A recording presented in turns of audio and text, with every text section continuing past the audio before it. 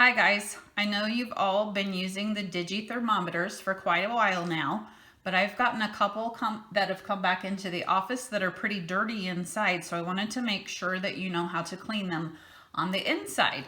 Y'all use your alcohol swabs and clean the outside of the probe, which you obviously need to do that every time you use it, but you also on a daily basis want to take this cap off, and it just turns and twists off and it will come right off the end there. I've seen some come back that are just crusty and gross with food inside here. This probe actually will just pull, if you pull it straight out, my hands are slick now. If you pull it straight out, it will just pop out from the base of the unit.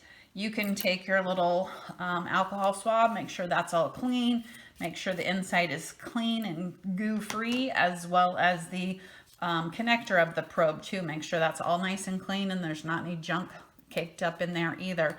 Make sure that's perfectly dry before you place it back into your probe, but it will just pop back in there.